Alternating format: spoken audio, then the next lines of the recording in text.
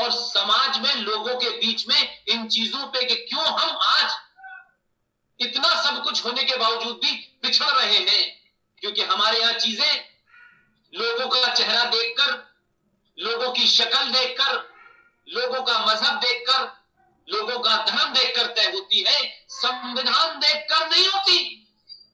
तो संविधान जब हमारे फायदे में हो तो हम संविधान को मानेंगे, और जब संसद हमारे फायदे में हो तो संसद को मानेंगे, और अगर दोनों हमारे फायदे में नहीं है तो हम कहेंगे कि भारत तेरे टुकड़े होंगे, इंशाल्लाह इंशाल्लाह।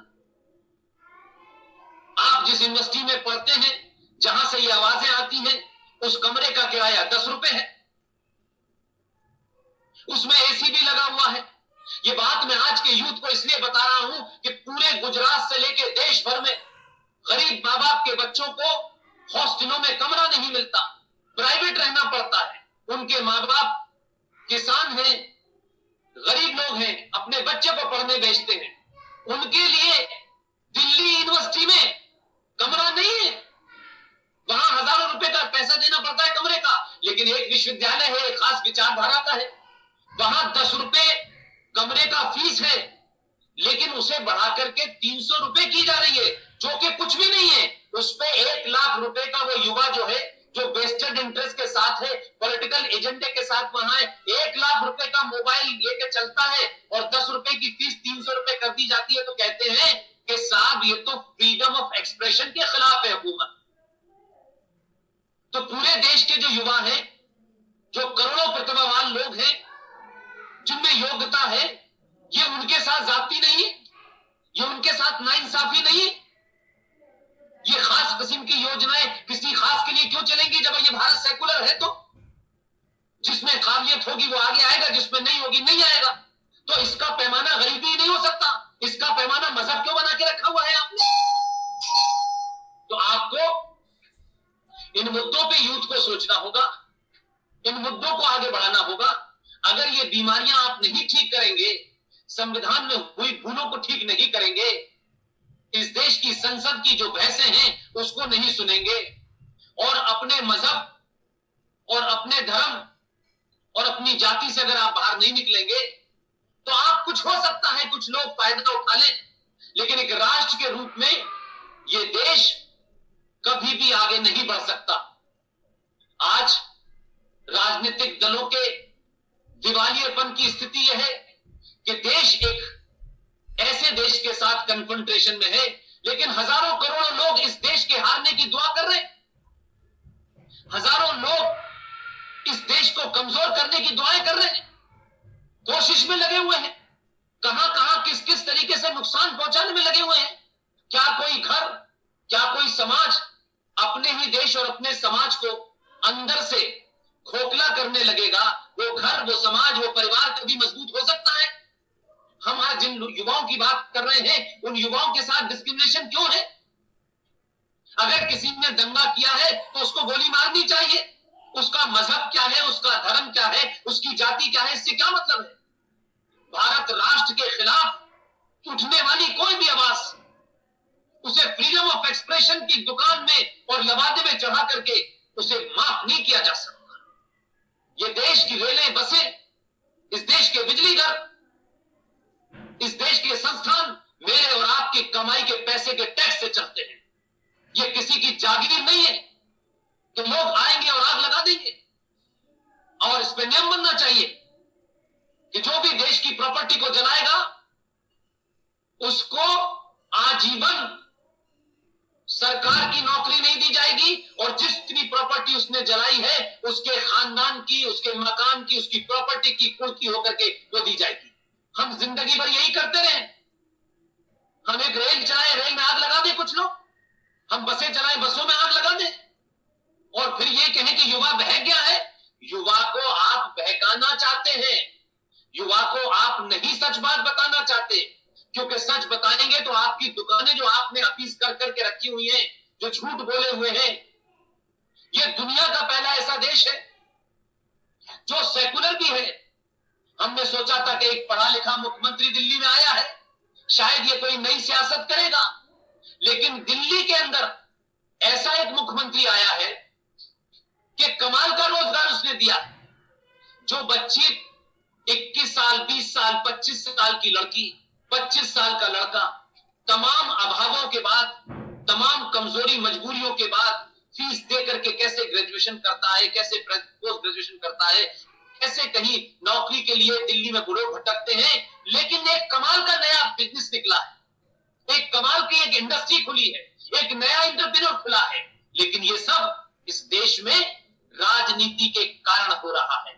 हमें किसी पार्टी का, किसी का विरोध, किसी का सपोर्ट इस बुनियाद पर नहीं करना चाहिए कि उसको चलाने वाला कैसा है।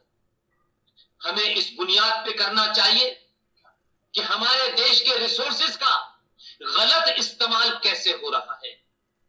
दिल्ली में एक नया रोजगार निकला है, और रोजगार क्या है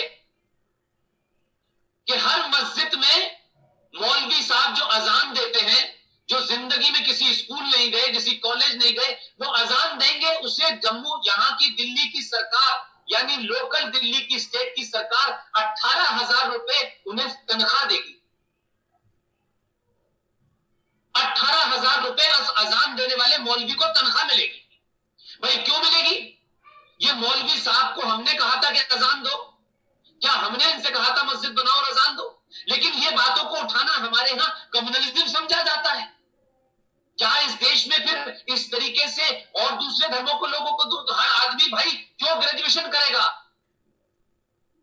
एक नीम की मस्जिद बनाएगा, अजान देना शुरू कर देगा, कहेगा साहब मुझे 18,000 रुपए दीजिए, मैं भी अजान देता हूं, मैं भी इस मस्जिद का मुल्ला हूं, मैं भी मौलवी हूं। तो आखिर ये मेरे और आपके पैसे से कौन सी योजनाएं बढ़ रही है? उत्तर प्रदेश में एक युवा चीफ मिनिस्टर बने, उन्होंने एक अजब काम शुरू कर दिया। पार्टी सत्ता में आ रही है, वो कह रहे हैं कि हम लैपटॉप बांटेंगे। ये लैपटॉप मेरे और आपके टैक्स से है, किसी पार्टी के अपनी जेब से नहीं जा रहे, और वो किसी वेलफेयर स्कीम के तहत नहीं दिए जा रहे, किसी एजेंडे के तहत दिए जा रहे। आप लैपटॉप बांटना चाहते हैं, पार्टी का डिसीजन है, तो पार्टी अपने पैसे से दे। दुनिया देश के जो लोगों ने अपनी कमाई से टैक्स दिया है, जिससे इस देश की सड़कें चलती हैं, एयरपोर्ट चलते हैं, पुलिस चलती है, आर्मी चलती है, उनके फायदे की टैक्स की तनख्वाह में जाएगा कि यहाँ कुछ लोगों को लैपटॉप, अगर ये आपकी चाहत थी तो आप अपनी जेब से बांटे ना। तो इस पे रोक युवाओं को उठानी चाहिए कि पार्टी चुनाव से पहले ये कहते हैं हम आपको फ्री ये देंगे, फ्री ये देंगे, फ्री ये देंगे। ये बिजली जो दिल्ली में फ्री दी जा रही है, ये किसी पार्टी के लोगों के बजट से आ रही है, ये मेरे और आपके टैक्स से आ रही है। और जिसको आप देना चाहते हैं दे देते हैं, जिसको नहीं देना चाहते नहीं देते। तो जो टैक्स भर रहा है उसके ऊपर सारे कानून है जो सिर्फ इस देश की पॉपुलेशन बढ़ा करके चौराहों पे, गलियों पे, फुटपाथ पे पालने पे मजबूर कर रहे हैं। उसको आप खाने का भी इंतजाम करिए, उसको आप फ्री बिजली भी दीजिए, उसको फ्री पानी भी दीजिए। तो ये जो हमारे यहाँ फ्री बीस का चक्कर चल गया है, ये इस देश को समाप्त कर रहा है। और आज का युवा इन मुद्दों को नहीं उठाएगा तो आपके लिए आने वाले समय में जो स्थिति है, क्योंकि कुछ लोग तो इंशाल्लाह के नाम पर देश तोड़ने में लगे हुए हैं, और कुछ लोग टेलीविजन पे 15 मिनट का टाइम मांगते हैं, कुछ लोग कहते हैं भारत गुलाम होगा, कुछ लोग चाइना के साथ खड़े हैं, कुछ लोग पाकिस्तान के साथ खड़े हैं, कुछ कश्मीर में हो रहा है, कुछ केरला में हो रहा है, कुछ मालदा में हो रहा है। तो ये सब कुछ जो हो रहा है, ये आने वाले दौर में जो युद्ध जब सड़कों पे बाहर आएगा तो उसके सामने सवाल होगा। और आप ये पूछेंगे, जो मुझसे बड़ी उम्र के लोग थे, तो आप पूछेंगे उन्होंने इसके ऊपर आवाज क्यों नहीं उठाई? तो मेरी आरएसएन सिंह, जीडी बख्शी, सुशील पंडित, ललित अंबरदार, अंकुर शर्मा, प्रोफेसर कपिल कुमार, कैप्टन सिकंदर रिजवी, हम में से किसी का कोई राजनीतिक एजेंडा नहीं है। हम चाहते हैं कि इस धरती से एक ना एक दिन हमको जाना है। जो युवा आज मेरी बात सुन रहे हैं, आपके माध्यम से भी अगर कहीं जा रही है, मैं जाने से पहले अपना दामन, जानने से पहले अपने उस जमीर को उस गफलत में, उस झूठ में, उस फरेब में नहीं छोड़ना चाहता कि आपका युवा ये कहे कि हमसे पहले के लोगों ने किसी सत्ता के लालच में, कुछ पाने की कोशिश में, कुछ लेने की कोशिश में और कुछ खोने के डर से हमें सच क्यों नहीं बताया?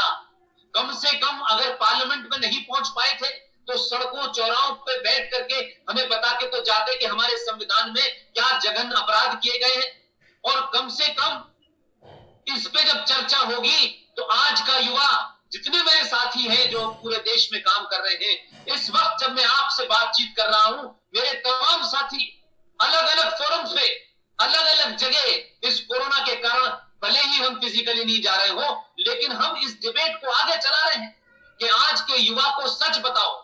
और युवा को सच जानने के लिए उसके पास एक छोटा सा आला है जो 21वीं सदी में एक संचार क्रांति है, वो इससे वेरीफाई कर लेगा पुष्पेंद्र साहब ने क्या सच बोला है, क्या झूठ बोला है।